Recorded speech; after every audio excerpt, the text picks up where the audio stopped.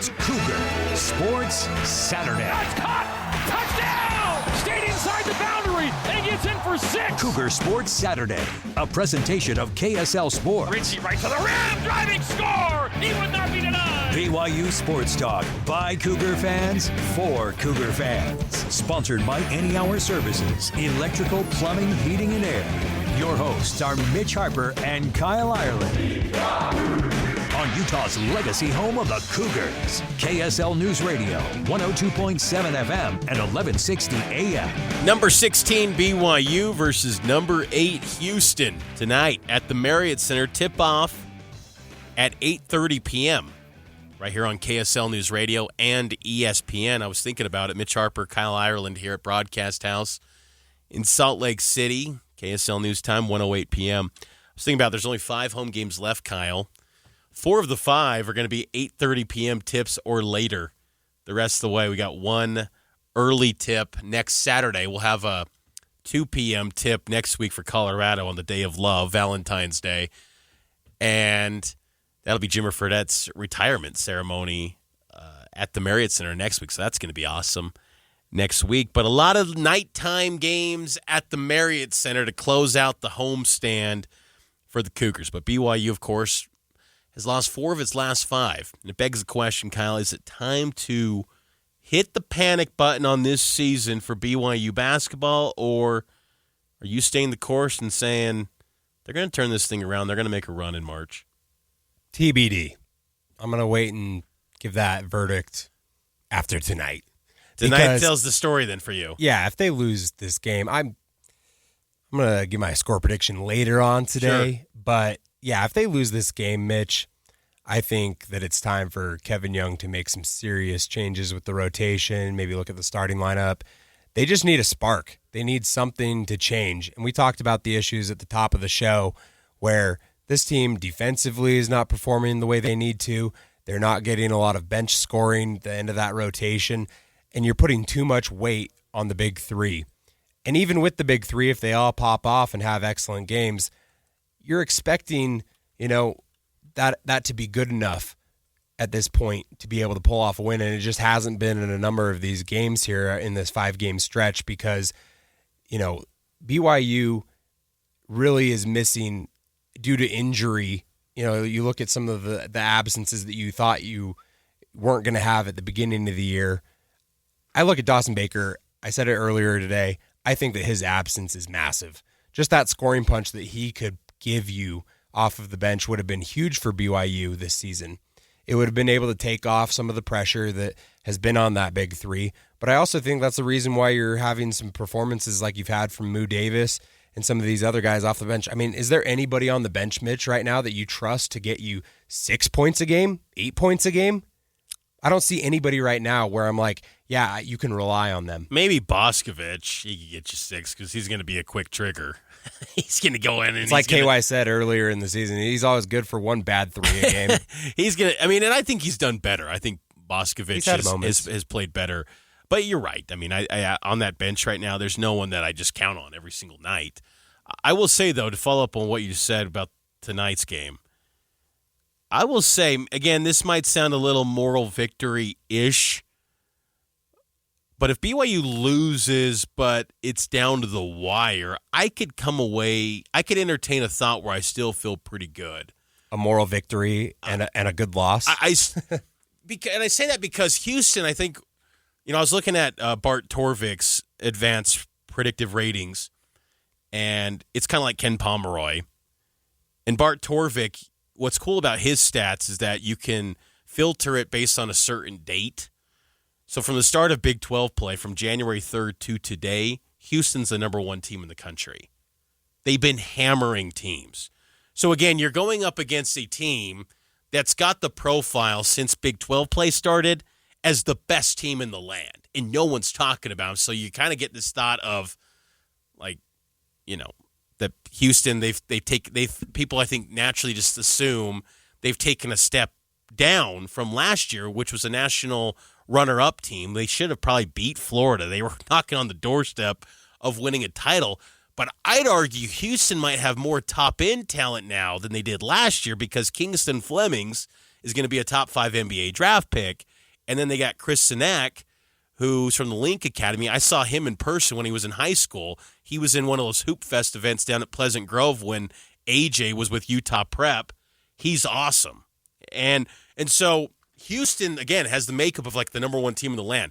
So if BYU lost this game, but it was like competitive back and forth for 40 minutes and you played good basketball, but you just came up short against a really good team, I could still feel good about this team even after a loss. Where I would start to hit the panic button, circling back to that question, is if they do lose big tonight. If they get hammered, and it's a game like Kansas a week ago where you're down 20 at the half, or against Arizona where it takes a miraculous comeback attempt to make it look closer than it is, that's going to be concerning if they get down big. But if this is back and forth for 40 minutes, like Houston's just so good. The thing about Houston, what makes me pause about this game tonight, they know who they are even with young stars. BYU right now doesn't know who they are right now. And that's kind of crazy to think that the identity of this team is a little bit missing at times. I really thought the identity, that the big three are going to show up. That's no question. But you just don't know what you can count on the defensive end right now from BYU. And Houston is excellent in turnover margin. They're +7 in turnover margin, number one in the Big 12. BYU's in conference play 14th in the league in turnover margin. So this is a BYU team right now that doesn't take care of possessions. I thought they did a good job against Kansas.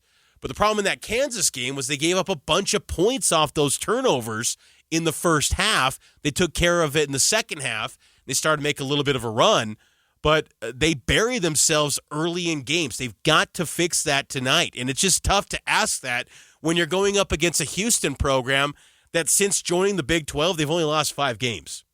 They're the 2-time reigning Big 12 champs. They have stepped into the toughest basketball league in America and dominated this league. And they've only got 1 loss in league play right now. Now, with Houston, I will say, I think their schedule's been relatively light. Their toughest game, they did lose at Texas Tech, and they gave up a lot of points. I think this Houston team is more prone to giving up big offensive numbers than the previous teams. Like last year when BYU faced Houston in the Big 12 championship and in Houston, it was over at the tip. They suffocated you. I still think BYU's offense can get going against Houston, but defensively, they've looked really good. The Cougs have. Houston Cougars, that is, giving up 55 points or less in their last 2 Big 12 meetings. So, I'm not trying to have an exit and say, oh, you can lose and still feel good because the expectations were so high for this team. But I think mentally, I've kind of lowered the ceiling a little bit for this team right now, where they're currently at. And I just want to see them play better on the defensive end and play a complete 40 minutes. And if it just doesn't work out at the end, like tip your cap to Houston. I can still feel good about this BYU team. But if they get hammered, Kyle, then I'm absolutely smacking that panic button. I'm going, any game could be an L for this group. I think the Texas Tech game that you just brought up is a really good point, Mitch, because Texas Tech a couple of weeks ago made Houston play their game as opposed to having it be on Houston's terms. Mm-hmm. If BYU can do that tonight, then I'm going to feel a lot better about the result regardless. That's the only thing that I would say with a loss is if BYU is able to make it a BYU type game where Houston's not suffocating them on the defensive end. It's in the high 60s, low 70s kind of area of the scoreboard. And then if they're able to have, like Texas Tech, a shootout kind of a game, that's where BYU, I think, can find success and win, especially with the big three. If they're having, games where they're just, each on fire and you can kind of ride AJ and not, lose out on those big 35-point performances that he's had where you're looking back and you're like, man, we lost a big game from AJ. You don't want to waste those opportunities because, this is a one-and-done season for AJ, and you've got to take advantage of that. BYU has the talent to beat Houston. It's just whether or not they can put it all together. And I think the defensive point that we've both made today is massive. They have to play better on the defensive end tonight if they're going to be in this game. Well, and the thing is, too, with Houston, and we'll talk a lot more about it coming up in hour number 3, Houston, they are so good. I talked about this on Cougar Tracks. they are so good at getting like the 50-50 balls, where it's just like it's a loose ball, and if you can get it, you can maintain momentum. I thought Oklahoma State on Wednesday night with Roy and Curry, they did an outstanding job of extending possessions.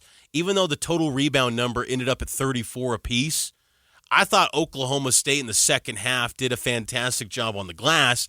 BYU, I thought, struggled. There was a possession where BYU got it down to 5, and they need a stop. Oklahoma State misses a shot, rebounds up in the air. Oklahoma State comes down with it, finds Roy for an open 3. He buries it. And it was just like, you can't have moments like that for this BYU team right now. I still think BYU is a team that has a little bit of margin for error because of the talent that they have, but it's because you always just feel like they're going to make a run. They're always going to be in a game. And that's a wonderful luxury to have with this team. And that's where you go, if this thing starts clicking, it can get back on track and really operate at a high level once again. But time's ticking. It's February 7th. 1 month from today, it's the regular season finale. You got 4 exact weeks left in the regular season, and then it's Kansas City, and then it's the NCAA tournament. And so not much time's left. You can't just say, oh, yes, there's a ton of basketball remaining, but time is going fast. You got to get it going now, and it just is unfortunate that you feel like you're in a must-win against a team that only knows winning, and that's the Houston Cougars. But tip-off tonight, 8:30 p.m. at the Marriott Center. Let's get a check-in around the Big 12, scores around the conference today, maybe a look ahead to BYU's schedule next week, here on Cougar Sports Saturday on KSL News Radio.